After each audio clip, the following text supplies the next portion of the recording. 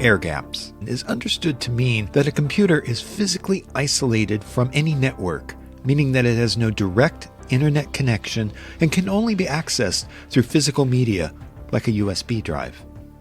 If you've been listening to the previous episodes of Error Code, you know that there are ways in which electromagnetic signals from an air-gapped computer's keyboard or display can nonetheless be sniffed and interpreted by another computer. With operational technology, or OT, we're generally assuming that these devices are air-gapped out on the factory floor or out in the field somewhere. One had to go physically and read the meters, but in our always-on world, there's been a need to connect these devices, and we haven't always done so securely. That's where something known as isolation computers come into play. This is a system that is logically separated from other systems through software-based techniques like virtualization, allowing the isolation computer to run potentially harmful code in the cloud without infecting the main system. This certainly would have helped with the Colonial Pipeline ransomware attack. Here's NPR. The federal government today confirmed that a Russian criminal group is behind the hacking of a crucial energy pipeline. The Biden administration said it is working with the Colonial Pipeline Company to deal with the cyber hack and its effects. Colonial shut down its pipeline, the largest of its kind in the U.S., after the company learned it was the victim of this cyber extortion attempt.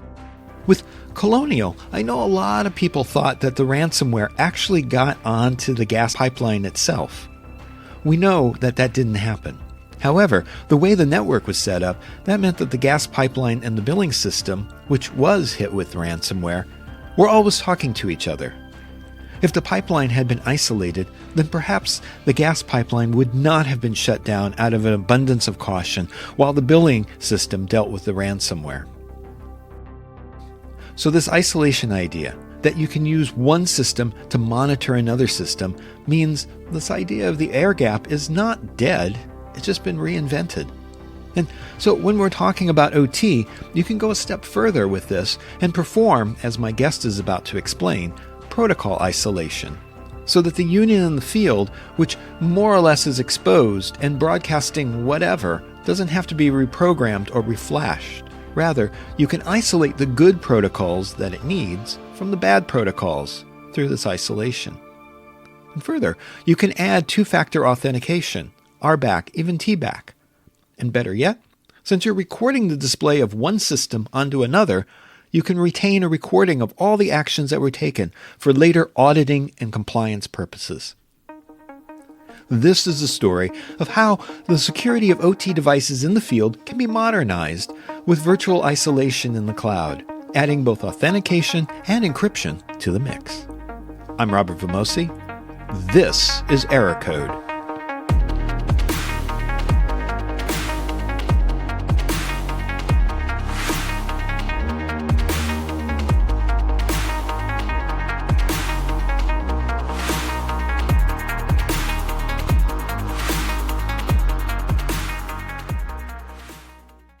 I'm Bill Moore. I'm founder and CEO of Zona. Zona provides a secure user access platform for critical assets. We extend our organization's benefits and customer benefits around identity and access management. We also reduce the critical attack surface, and we also improve their audit compliance and governance. So I want to start by laying some groundwork here.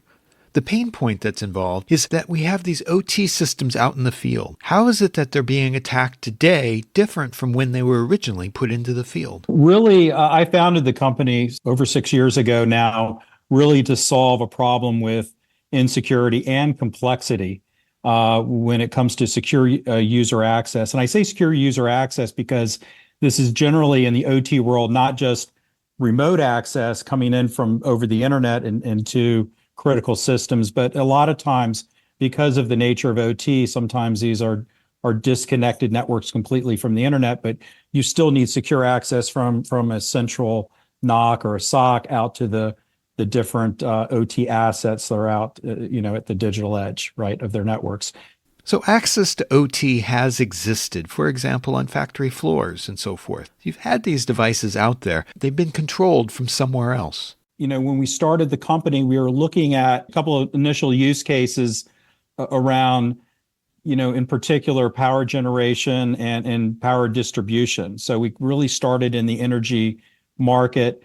What we saw was sort of a mirror image of sort of legacy remote access and user access connectivity that IT had, and they had kind of sort of cobbled together over 2 decades, right? And that's sort of your legacy VPN kind of infrastructure, legacy multi-factor authentication, the use of jump servers, and so forth. And a lot of this was, and then segmentation firewalls and so forth, to be able to provide access to these assets. And really there was just a lack of administrative resources to manage that complexity. And it really didn't provide the level of visibility and audit into what was really going on, as well as providing the security. And in fact, you have all of those components in, but it was still extending the attack surface out of that OT network out to remote users that could be remote users out on the internet. What has changed that requires a level of authentication that you're talking about here, the zero trust that you're importing into these devices? Yeah, well, I think it can fall into 2 areas, right? I think the first area is the pure issue with malware and particularly ransomware, right? Because a large manufacturer, one production line goes down and they could be losing tens of thousands of dollars a minute, right? So this could be, this is obviously a huge problem. And when we talk about protocols like RDP or VNC, if you're using a VPN and letting those escape out to the remote user, they get decrypted. And if there's an attack, man in the middle or other type of malware that may sit on that remote endpoint, they now have a way into the network, right? So what recent studies showed that 90% of the time RDP was a factor in ransomware. So I mean, this is a massive problem, right? And VNC, there was a recent study I read just the other day. There was 9,000 exposed VNC servers. This was maybe a year and a half ago, right? That are out on the internet. Okay, no authentication at all, just wide open.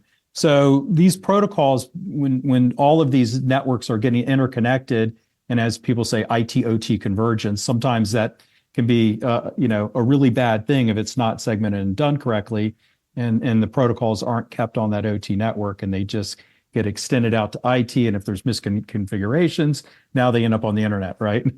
Or exposed to the internet. So how granular do you get with identity?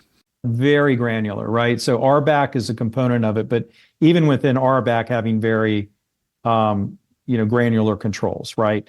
And then TBAC as well, time-based access control. So you could have, say, an OEM that says, okay, I'm going to enforce them to do multi-factor authentication, and then once they connect, I'm going to give them access to this system, but they can only access it between 2 p.m. and 4 p.m.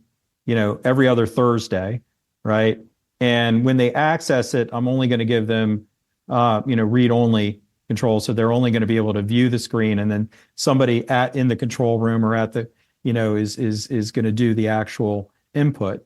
And then you could say, hey, we'll allow maybe a file transfer, but it can only be an inbound file, make it a unidirectional file transfer, and it has to be in that time window in order to update the particular system, right? And that needs to be monitored, right? So you can get to levels of granularity through access controls like that, and then also obviously assigning the system to that OEM so that when they connect, they only have visibility into the system that they're able to connect during that time, and with the specific role that they have, right? Adding MFA or any of these other controls to OT, so this could be adding friction. Yeah, I think the key is really to keep it. It's a great question. I think that's why we really, from our perspective at Zona, we designed this to be very simple and to provide the flexibility in different connections. So, for instance, one of the things that we implement from an authentication perspective is they can choose, say, SSO, and you could have two ways in, right? You could configure it to maybe go through an IDP like an Entra ID or an Okta, and then come down through us, and then we could funnel that access, or we've authorized it because of its upstream authentication. Or you can have it be locally authenticated, but say, well, hey, we want to make sure it's maybe somebody might lose a hardware token, so let's do it through a soft token or something like that. So I think keeping the security with the MFA is important, but maybe provide different mechanisms where there's a sort of a backup MFA way of something. If they lose, their hardware token or something like that, there's a backup, right, that they can log through a different way. The problem with legacy is that there are so many varieties out there, and they're all proprietary. So it really depends on the type of system it is, and whether it can run sort of a local RDP server instance, or VNC or SSH or web, whatever it may be, to connect to it from a digital display or display. If it doesn't have that capability, in the case of legacy PLCs and things like that, you want to provide a very secure mechanism through sort of I like calling it a sort of an on-demand firewall capability with encryption, or an ephemeral firewall, where the firewall only becomes a firewall when there's MFA and somebody has the ability through identity to connect and actually build the firewall to enable sort of a proprietary connection, with proprietary protocols to that PLC or to that system that may not have a display protocol, right? That may be running, DMP or Modbus TCP or whatever it may be running, right? Just have that capability for those OT specific protocols. So with these legacy systems, they didn't have a lot of resources originally. So really the way that we deploy is we provide, so we have two parts of our platform. One is sort of a central manager, and then the second is what we call our critical system gateway. So you can think of the gateway as sort of two Ethernet ports. It could be virtual appliance, or it could be a physical appliance, but essentially the untrusted side, or the user coming in to connect to the network, uses a standard web browser. So this really makes it easy not only for the employees, but also third parties, because you don't have the mismatch in access methodology between the company and its third-party contractors, right, with different VPN clients and all VDI or whatever. So by kind of leveling that through a standard web browser experience, and then initiating multi-factor authentication, agentless within in sort of the DMZ, if you will, of that connection to the OT network, you can do that kind of seamlessly now, right, with modern MFA, using a TOTP mobile app, or using a YubiKey, or any other WebAuthn kind of key. And then once it's authenticated, we essentially become a client now, where we have a client access in the protocol libraries, but that sits on the actual critical network, right? Where the critical assets are. So essentially now you can use protocols like RDP, VNC, web, SSH, and so forth, to connect those display protocols to connect to those assets. But the key thing that we do, unlike a VPN and other types of secure tunneling technologies, is we drop the data communications as the display comes back to us. So we basically extend that experience, okay, of interacting with the critical asset out to the remote user, or outside of that local area network. And we just encrypt the images, the digital images that are being streamed out to the remote web browser. And so we implemented both the ability to record user access from an audit perspective, which is unique, and it's practical actually in OT, where in IT, that may not be so practical. So we implemented that as well as protocol isolation. We call it protocol isolation, which is not allowing critical communication protocols to be extended outside of that OT network. So what would Bill say to somebody who approaches and says, well, I can just put EDR on it. I can just put some security controls in the network and I'm good.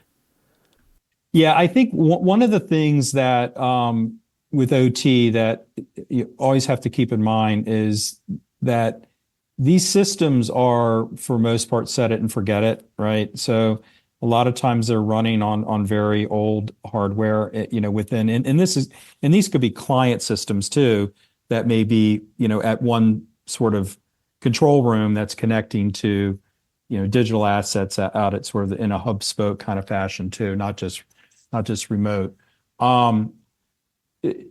That you want to put in a solution where, okay, so if I can't really patch this system, EDR is really great for modern laptops and things like that, running modern, operating systems. But if you have something that's running, Windows XP or Windows 7, that may still be in an environment running some old HMI software or something, how do you deal with that, right? And the key is really not touching it, but using what's already runs on that device, but keeping kind of a very hard kind of protective layer in sort of the authentication and authorization to that system. So I think that's I think when we talk about sort of modern cybersecurity tools, when it comes to connecting to OT systems, it has to be, modern in the sense that you're making it easy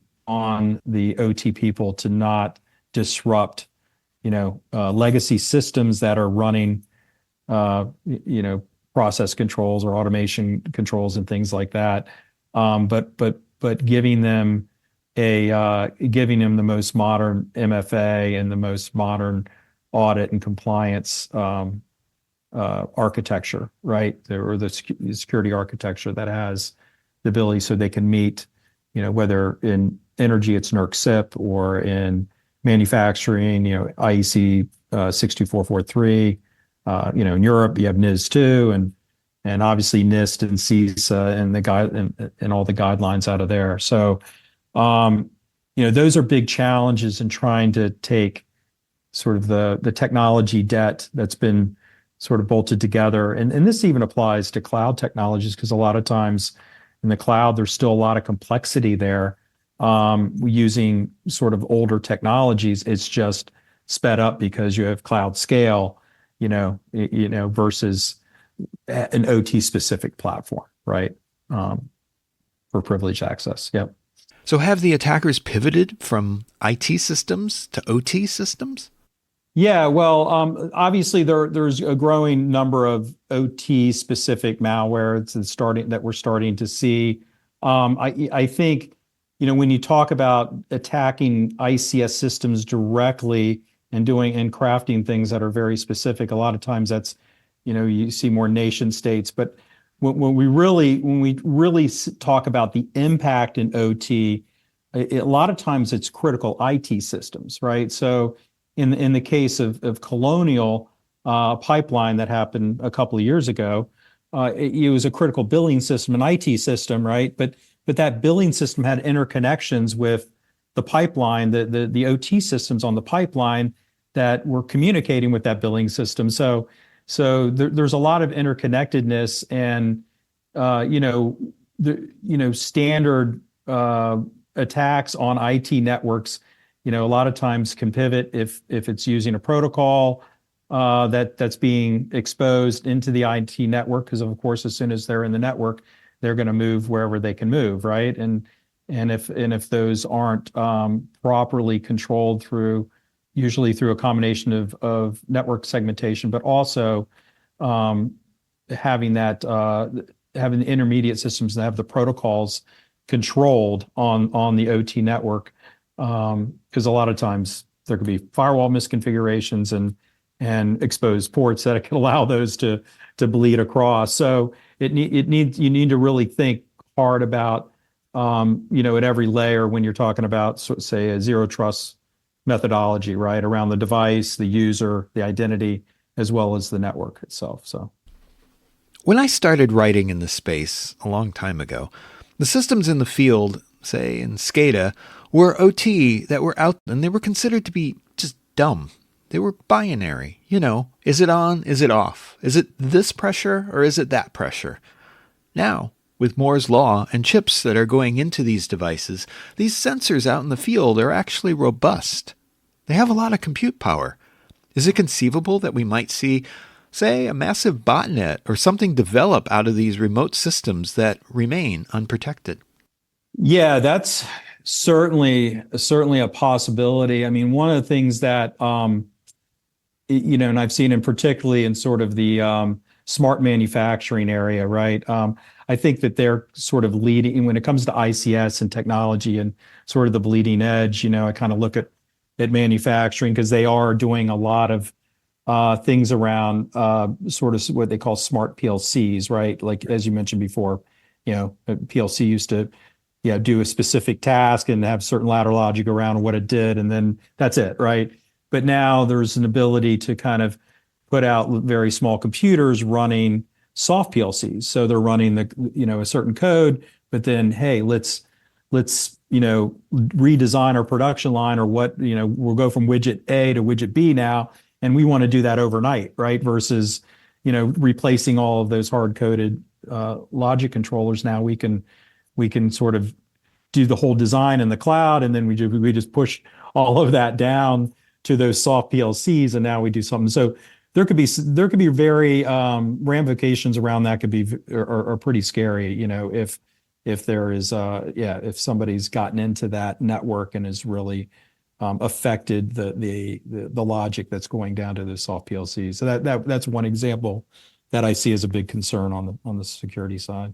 So nationally, I know CISA is involved in this, and there was also the National Strategy for Cybersecurity that came out last year, and it explicitly started talking about OT for the very first time. Is that guidance necessary? Yeah, I mean, obviously we need CISA and looking at these things closely and providing guidance. I think when it comes to compliance, it really comes down to and I see this really more in the energy sector, right? Around compliance that what I call has teeth, right? You get fined if you do not comply, or you get audited and you're not in compliance.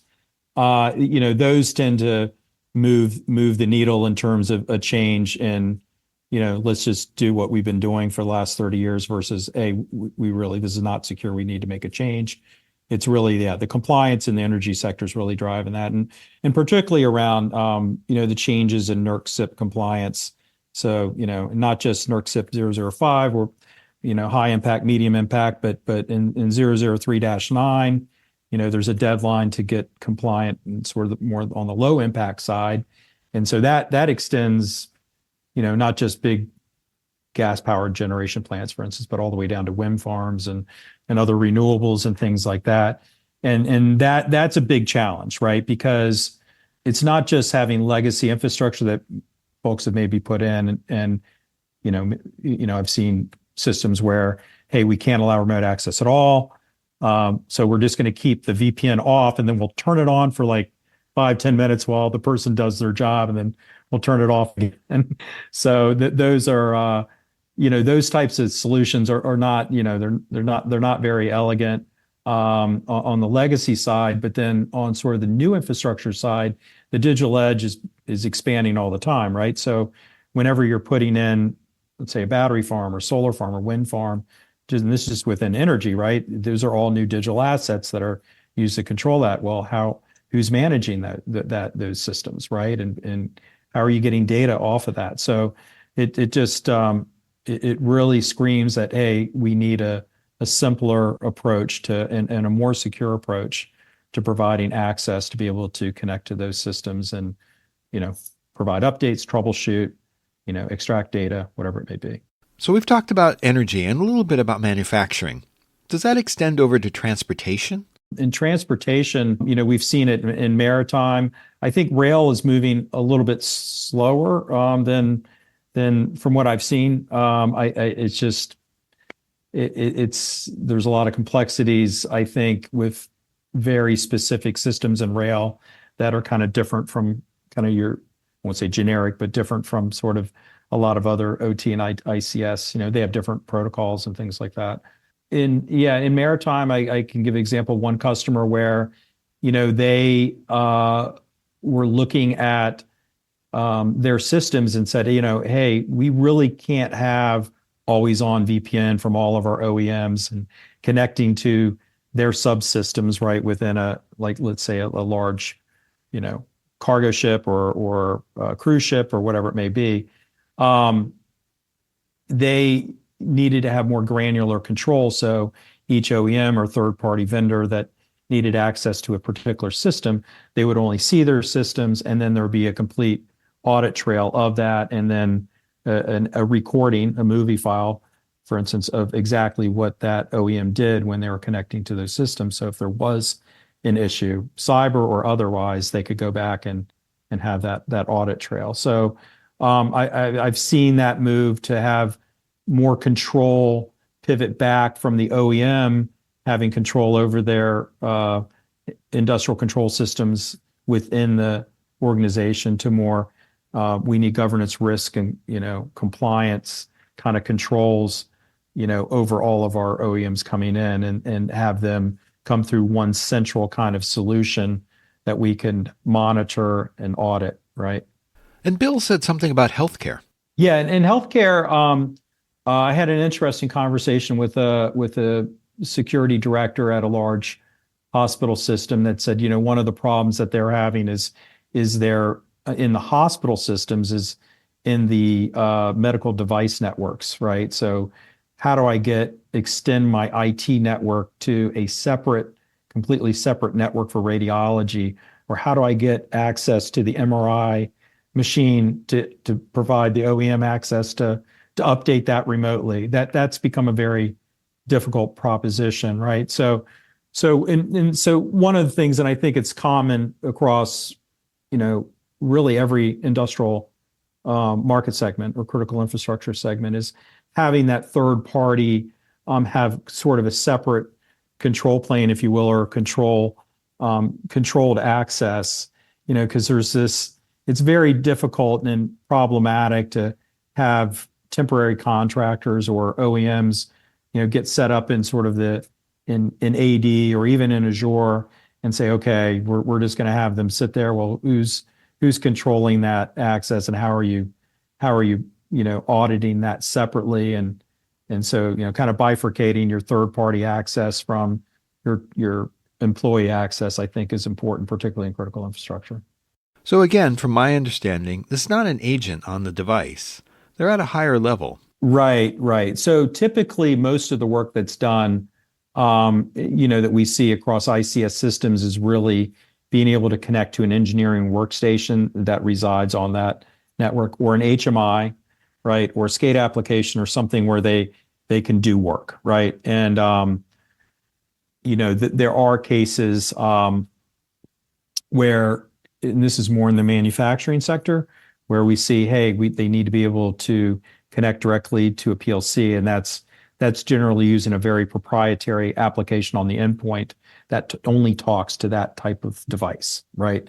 And so in that particular case, you want to be able to have an encrypted connection, a very secure methodology for doing that. So that may not necessarily, in that particular case, you may not be completely clientless, right? Because you may need to have some small agent on the endpoint that's providing that encryption and sort of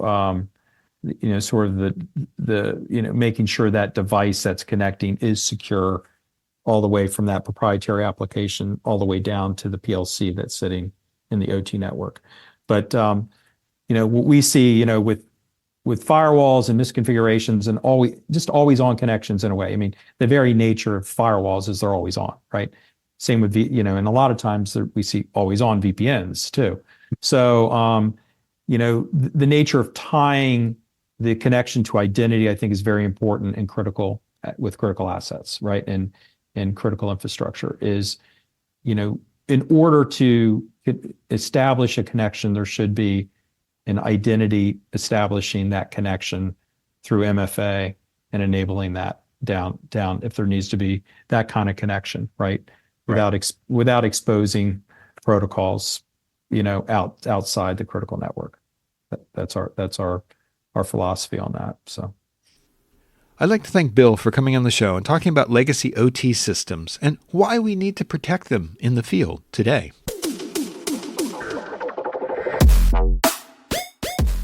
Hey, if you're enjoying Error Code, tell a friend. I'm sure there are other people out there who like narrative information security podcasts. And I'd really like to hear from you. Join us on Discord. Search for Error Code Podcast to join the server, or go to errorcodepodcast.com to get more details. And tell me what you like, and even what you don't. I've got some great episodes coming up, including more on hacking water facilities, and also securing OT data physically on the device themselves. Subscribe today. I don't want you to miss out.